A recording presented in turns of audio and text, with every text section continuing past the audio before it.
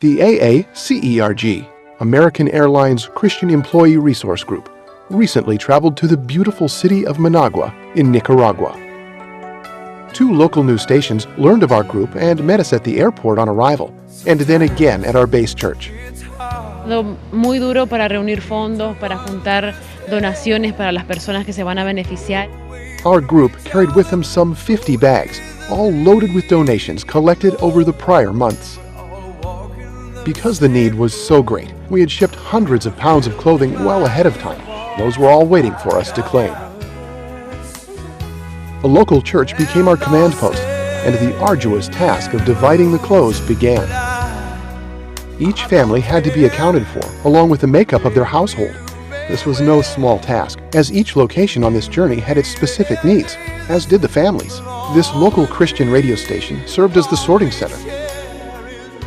This is different, I love it, and let's do a blessing here. And our presence did not go unnoticed by the locals. How could we turn away those who came? We met the need. Understanding those needs and ensuring we met them as best we could was a top priority for all of us. Developing our own code for labeling each bag was created on the fly, and it allowed the process to be as efficient as possible. Men, women, teenagers, young children all had to be coded on these bags, along with the family names. For example, 1ADF means one adolescent female. We all managed to work in concert towards one goal. Time was of the essence. Bags had to be assembled, loaded onto a pickup truck, and tied down, ready for the long road to reach a remote mountain area where hundreds of families gathered at a local school waiting for us. The journey was simply breathtaking. Beautiful mountains and vast fields that were in stark contrast to the living conditions so many endure. Their land was picturesque. Their lives were anything but. Local purchases of hundreds of pounds of food were made and then divided up for each family in need. What had taken hours to pack took only minutes to unload with all the eager help of so many precious little ones. The need was great, but their warmth and hospitality overshadowed the reality. Most of the homes have no water or indoor plumbing of any kind. Water has to be trucked in and is stored in large containers and is used sparingly. In fact, this school did not have any water or bathrooms. Classes are divided amongst 1st through 3rd grades, and the youngest only attend class once a week. So many came and waited in line to walk away with a little bag of hope.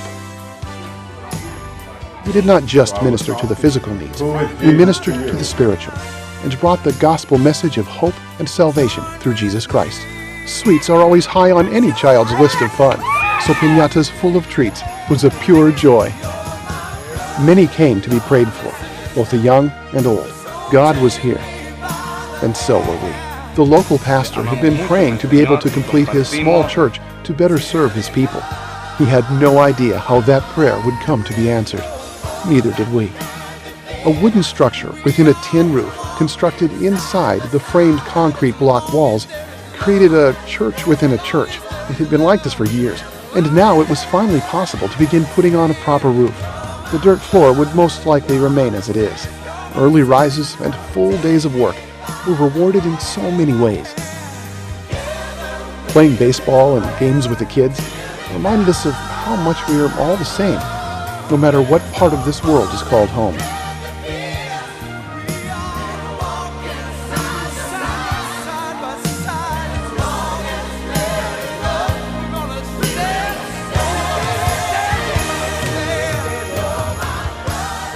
The food was delicious, no matter where you found a place to sit and eat.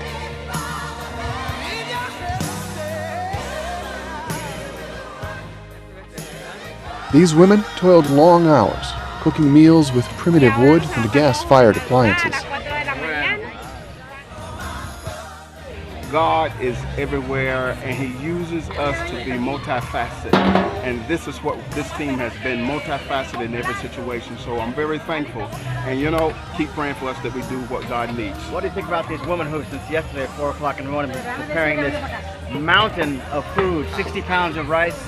I am looking at this, and have you ever seen a pot that big in your life? Only one time, and when they was trying to cook me, and it didn't work too well.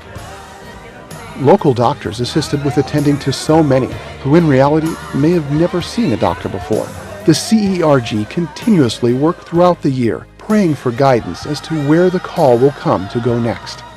Every facet of our journey is solely supported by our group. It is a sacrifice of boundless love in order to send a portion for whom nothing is prepared.